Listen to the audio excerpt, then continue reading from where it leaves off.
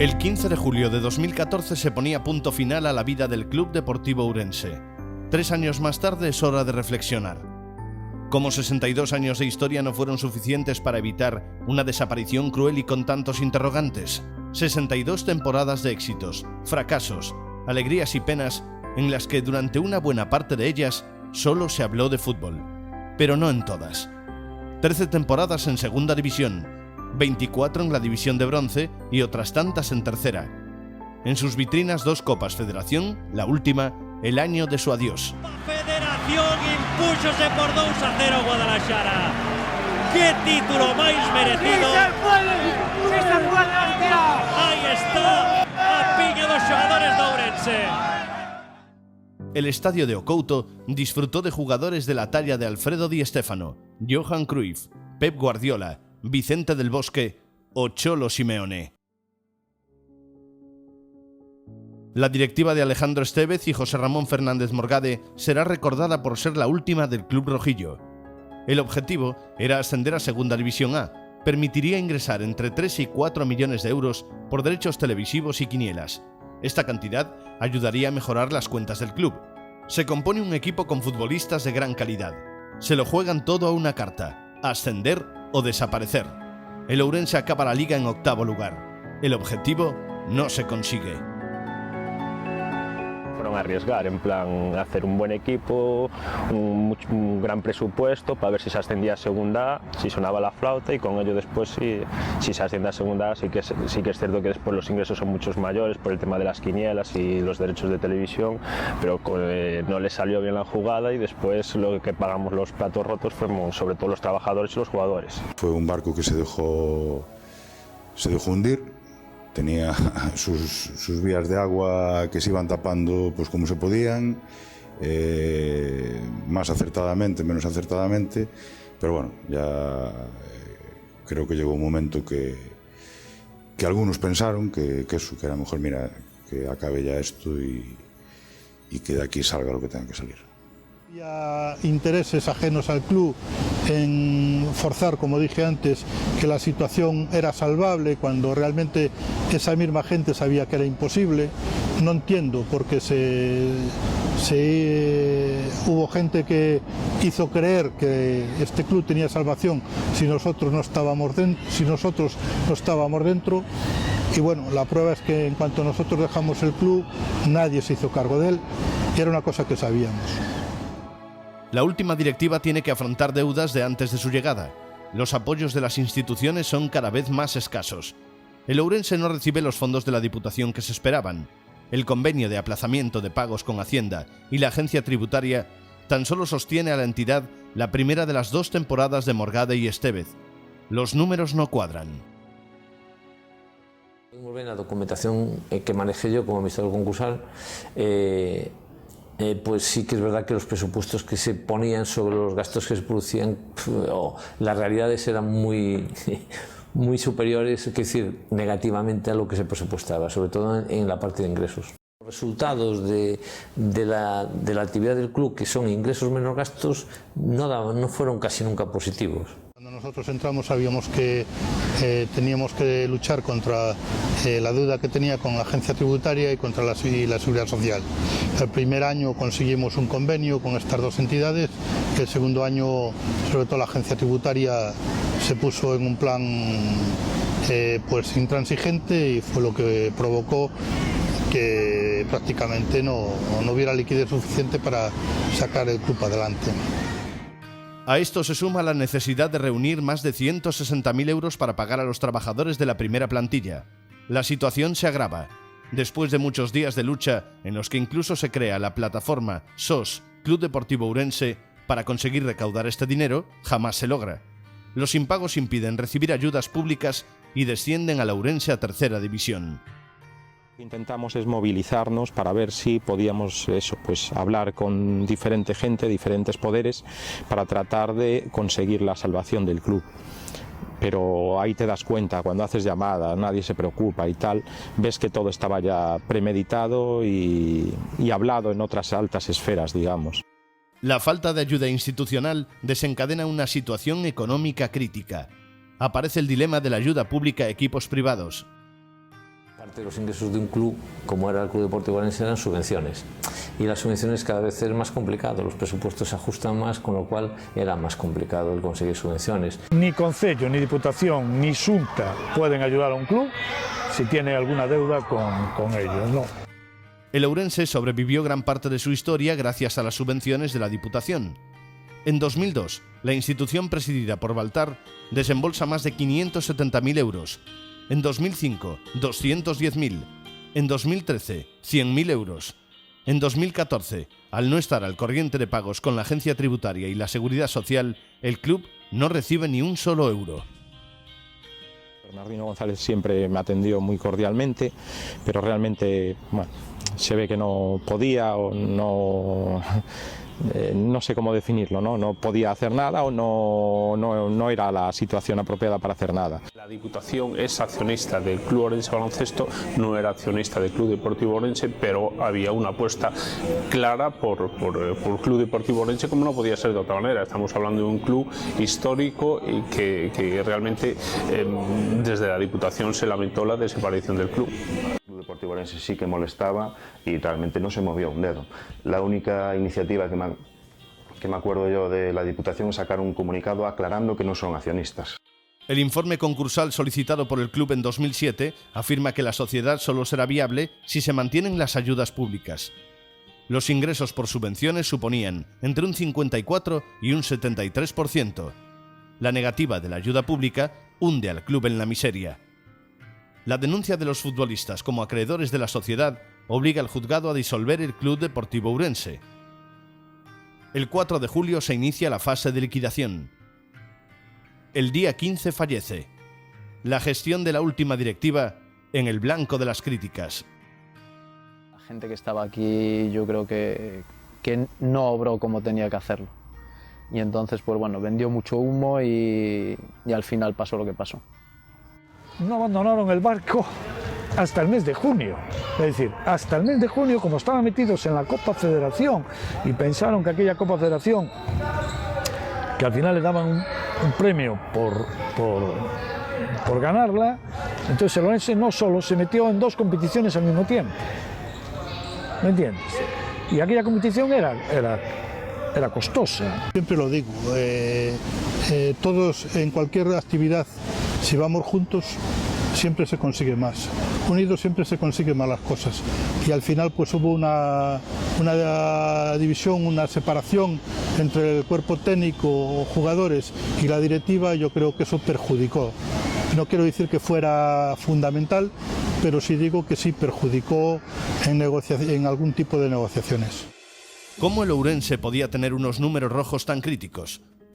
El informe concursal se remonta a la gestión del club entre los ejercicios de 1999 a 2003, época de Baltar con la presidencia de José Luis Sousa una temporada y Manuel Roix las restantes. La política de fichajes, según los peritos, fue errónea. Sin embargo, según el informe, es en el ejercicio de 1998 cuando se registran unas deudas de más de 6 millones de euros, alrededor de 1.000 millones de pesetas. La temporada correspondiente a este ejercicio es la primera del club como sociedad anónima deportiva, necesaria si quería competir en Segunda A según la Ley del Deporte del año 1992. ¿Qué ocurrió por aquel entonces? Para su conversión en Sociedad Anónima Deportiva, el Consejo Superior de Deportes fija para el Ourense un presupuesto de 188 millones de pesetas. A falta de pocos meses para inscribir al club en Segunda, solo se consiguen 12 millones. Alberto González Atanes, auditor del Ourense, busca ayuda en Madrid. Antena 3 se compromete a poner 130 millones de pesetas. El resto lo pondría José Luis Baltar. Dijeron, a ver si nos echas una mano, tú que tienes relaciones en Madrid. Efectivamente hice mis contactos y entonces a través de Manuel Campo Vidal le pedí el favor a ver si conocía a alguien y tal, y me presentó a los de Antena 3. me citaron para una cena en el restaurante La Hoja de Doctor Castelo número 42 de Madrid, y en esa misma cena dijeron, bueno, pues ponemos 140 millones de euros. ¿Y por qué Antena 3 se interesa en el Ourense? Iso Bahía, filial del Grupo Z, a la cual pertenece Antena 3, comenzaba a dar sus pasos en la gestión de jugadores. Se introducía en equipos de primera y segunda para conseguir votos a favor en la particular guerra del fútbol que mantenía con Canal Plus. Había una guerra del fútbol, entre comillas, entre Canal Plus y Antena 3. Claro, ellos querían tener controlados cuanto más Plus mejor, porque no hay que olvidar que cualquier club de segunda tenía el mismo voto que el Real Madrid o Barcelona. Es decir, el Ourense votaba igual que el Madrid o Barcelona. Por eso a Antena 3 le interesaba tener muchos clubes, cosa que infringía la ley del deporte. En el verano del 97 el Grupo Z se convierte en dueño del club con la condición de que Alberto González Atanes sea presidente. Llegan futbolistas con nóminas elevadas, el portero Bizarro procedente del Marítimo de Funchal, Víctor Silva, del Victoria de Guimaraes y fichaje más caro de la historia del Ourense, o Quique Estebaranz, con pasado barcelonista y sevillista. El Ourense competiría en segunda con ambiciones de ascenso. Sin embargo, los rojillos acaban la liga en el puesto 16, salvando la categoría a falta de 3 jornadas. La condición que ponían principalmente era aportar futbolistas de su grupo, de su agencia de representados, y los introducían en diferentes clubes. ¿Qué sucedió? Pues principalmente en el caso del Club Deportivo Ourense, los jugadores que en este caso llevaron no se rendían como se esperaba, finalmente no aportaban al equipo lo que deberían aportar, y en otros clubes el modelo salió bien, pero en el caso del Club Deportivo Ourense fue un completo desastre. Cuando llegó el tema de Bahía, yo creo que destrozó todo el ambiente ese que había de jugadores de casa, de equipo de ciudad, de equipo humilde, yo creo que lo destrozaron todo. El informe refleja que la llegada del Grupo Z eleva más de 6 millones de euros, una deuda que superaba ligeramente el $500,000 un año antes. En el documento encontramos contradicciones que reflejan que esta cifra puede llegar a no ser real. Se señala que hay deudas de ejercicios anteriores por más de 2 millones de euros que, sin especificar por qué, se atribuyen a la directiva de Z. Además, se reconoce que es imposible conocer el porqué de esta deuda debido a la falta de documentación. En todo caso, si la deuda fuera realmente más de 6 millones de euros en el ejercicio del 98, la sociedad se quedaría por debajo del 50% de los recursos propios. El Consejo Superior de Deportes no permitiría competir al Ourense en Segunda A y obligaría a disolver la sociedad o responsabilizar personalmente a los directivos de esa deuda tan elevada. No hubo ninguna notificación del Consejo en su momento. Según hemos podido conocer, todo apunta que las directivas posteriores posiblemente reformularon las cuentas correspondientes al año de Z. Según información del registro mercantil, las cuentas del ejercicio de 1998 se presentan en el año 2000 con José Luis Baltar al cargo del club. Ninguno de los accionistas denunció esta situación, conscientes de las consecuencias de lo que ello podría acarrearles. Nosotros cerramos el balance al 30 de junio y creo recordar, que esto lo cito, no estoy muy seguro, pero creo recordar que dimos un déficit de gestión de 40 millones de pesetas. Las deudas que generaron pues dieron pie que el Ourense tardara, no consiguiera nunca llegar a normalizar su situación económica, ¿no? En principio todo arranca de cuando se hizo cargo del Ourense el Grupo Bahía. Se presupuestó, se hizo unos gastos por encima de lo que es normal, ¿no? En un equipo que inicia su andadura en Segunda División A. Porque nosotros dejamos aprobadas unas cuentas a 30 de junio del 98 que los compradores siguientes, los compradores no depositaron en el registro, sino que tardaron 6 meses, las modificaron, las alteraron y las llevaron al registro con las pérdidas que a ellos les interesaban. José Luis Baltar aparece en mayo del 98. A título personal compra Club Deportivo Ourense. Se nos informa que paga 195 millones de pesetas con una plusvalía del 50%, es decir, paga más dinero de lo que realmente cuesta. ¿Por qué iba a querer entrar en un club con tanta deuda pagando más de lo que costaba? A pesar de intentarlo por todas las vías, ninguno de los involucrados en esta etapa mostró interés en prestar declaración a este documental. A esto se suma la necesidad de venta del club por parte del Grupo Z. Estaba incumpliendo la Ley del Deporte de 1992 y el CSD comenzaba a dudar de los movimientos de la empresa.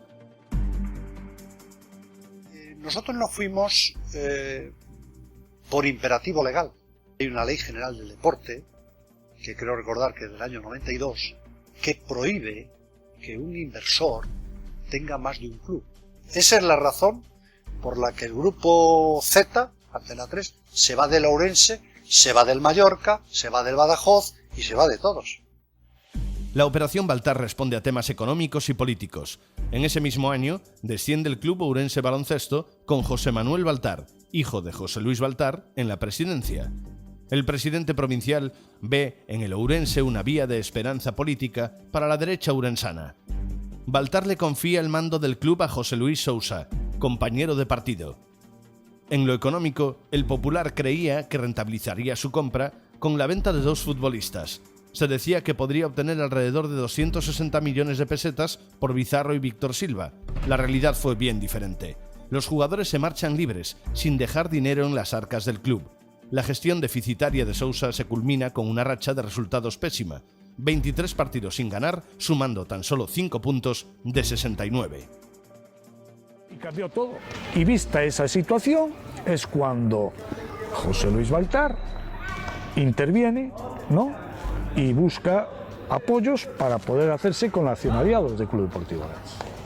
Y entonces, ante la demanda que se lo pide la propia sociedad, o sea, la afición del Ourense, la sociedad orensana le dice, oye, recuperar el club, que no podemos regalar el club, porque además hablaba de que Bahía va a coger el Ourense y lo va a llevar para otro sitio, porque en aquel entonces podías llevarte la SD para otro lado, ¿no? Porque Baltar compró el club no porque fuera un señor para hacer el bien a la colectividad. Baltar compró el club porque creía que era un buen negocio. Y las negociaciones que tuvo Baltar no fueron conmigo, fueron directamente con el Grupo Z. Yo no intervine. Veía en el club votantes, posibles votantes, y vio en el club posibles, ya cuando pasó luego al Partido Popular, lo que se llamaba el Partido Popular, ahí le vio mucho chance y entonces se metió de cabeza, pidió un préstamo a la Caja. Él lo que quería era controlar todo. Era tal el caos que los futbolistas desconocen quiénes son sus jefes. Después de una temporada con baile de entrenadores hasta 3, el Ourense finaliza la liga en último lugar. Desciende a Segunda B, en la segunda peor campaña de su historia. En los 15 años que le restaban no volvería a jugar en Segunda A. Los contratos en vigor, sin embargo, seguían siendo de una categoría superior. Nosotros teníamos un déficit de 40 millones de pesetas, 240.000 euros, pero a cambio le dejamos unos activos que se llaman derechos federativos, que eran propiedad del club, pero que la gestión siguiente de Sousa y su gente hizo mal, porque dejaron irse a los jugadores sin ningún traspaso. Nos encontramos en aquel verano del 99 que el Ourense tenía contratos en aquel entonces en Segunda B por encima de unas cantidades totalmente desorbitadas, ¿no? Si la media de un jugador en Segunda B era en aquel entonces ganar sobre 4 o 5 millones de pesetas anuales, pues resulta que había contratos de 20, 30 y 40 millones, ¿no? El club se encuentra en quiebra técnica. No hay dinero para pagar a los jugadores. Baltar comienza a deshacerse de las acciones. Vende muchas de ellas a personas de su entorno, fundamentalmente políticos. Aparecen personas cercanas a Baltar como Agustín Prado Verdeal, Miguel Santalices y el propio José Luis Sousa. Aportan dinero para sanear el club de forma urgente. La lista de acreedores, por un total de 5,6 millones de euros, es de un centenar de personas y entidades. Baltar se acabaría quedando con tan solo 12 acciones. Esto explica que en las asambleas del club tan solo aparecieran poco más de 10 personas, las únicas interesadas en el devenir de la sociedad. Había muchos accionistas mayoritarios, o sea, los que teníamos 5 acciones, esos íbamos a las asambleas. Pero cuando yo me acuerdo de ir a la última asamblea de accionistas del Club Deportivo Ourense, estar 15 o 20 personas, casi todos accionistas minoritarios, y no aparecer aquellos que tenían la mayoría de las acciones. ¿Dónde estaba esa gente? ¿Por qué no aparecían? Empezó a pedir dinero para pagar. Tú 25.000 pesetas, tú 25, los que tenían ya cargo, tú 25.000 pesetas, tú 50, tú 100.000, así. Y fueron aportando, que fue el ocaso. Y luego puso terceros, intermediarios, para encabezar aquello. Y yo no quiero saber nada, yo os ayudo, yo quiero estar detrás.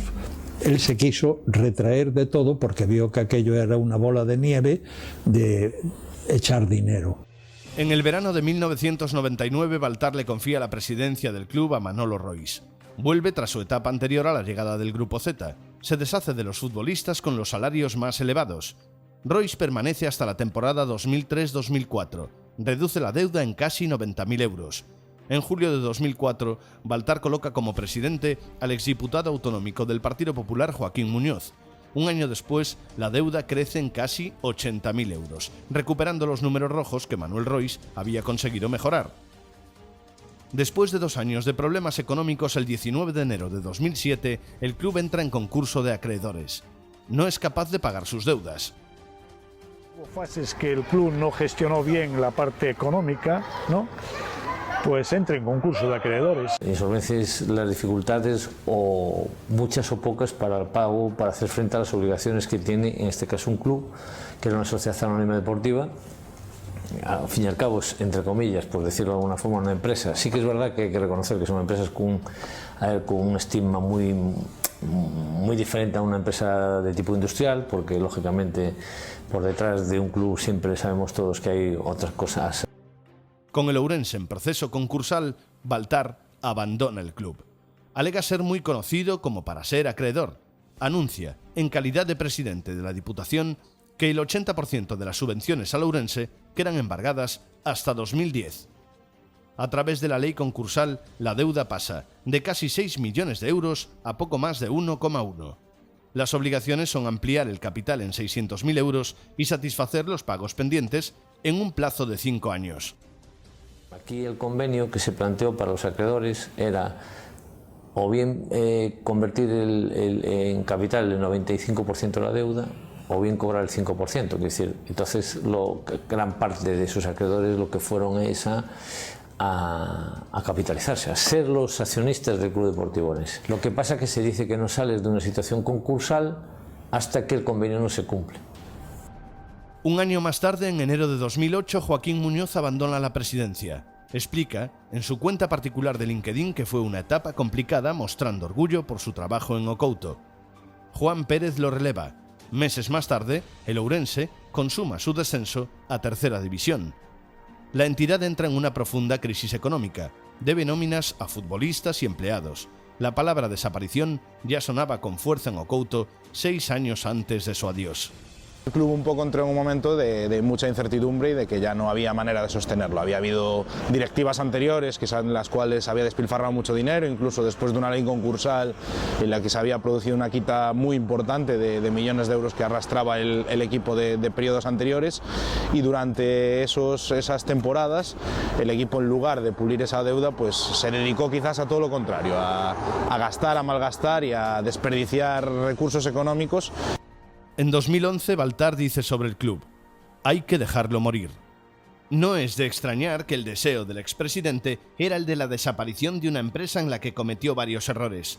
No saberla gestionar y dedicar a ella cantidades millonarias de dinero público para sanearla. Todas las directivas son responsables de la desaparición del club. La gestión deficitaria de Baltar supuso el ocaso del Ourense. No podemos decir únicamente que Bahía sea culpable, ¿no? Podemos decir que todos tenemos parte de culpa en todo el proceso, ¿no? Hay que decir que todos los que participaron, directo e indirectamente. El problema que causó la desaparición del Club Deportivo Ourense fue lógicamente una mala gestión. En su momento yo creo que no se gestionaron bien los recursos, lo que conllevó a una situación totalmente deficitaria a nivel económico, que eso se fue arrastrando durante años y finalmente, bueno, pues de alguna forma fue absolutamente insostenible y fue lo que causó la desaparición del club. Desde el punto de vista, por lo menos, de números, no se puede echar culpa a una directiva en concreto. Yo creo que es un cúmulo de... Es decir, el que de alguna forma entra en esa directiva asume que la herencia que tiene y cuando te vas intentas no dejar una herencia peor, pero a lo mejor no mejorar mucho la herencia esa que te han dejado. Esto era una bomba de relojería que en cualquier momento podía explotar y llevarse por delante a mucha gente. Y entonces, pues bueno, antes de que eso pasase, pues aprovecharon la situación económica del club, que realmente no era buena, para que el club desapareciese y evitarse esos problemas que podía causar. Era no poder fichar jugadores, era no poder, con lo que había, generar ilusión, porque bueno, siempre andabas con deudas, que si paraban, que si no paraban, que si huelga, que si entrenadores. Entonces, pues bueno, por una parte te fastidia, pero por otra yo creo que era la mejor solución. Esta sociedad deportiva, quiero decir, el equipo directivo, lo que dice un cantar, entre todos la mataron y ella sola se murió. Fracasamos todos rotundamente porque el club desapareció. El 11 de mayo de 2014, el Club Deportivo Ourense juega su último partido. O Couto presencia el adiós ante la Sociedad Deportiva Logroñés. Más de 300 deportistas y miles de aficionados se quedaban sin fútbol después de 62 años de sentimiento rojillo.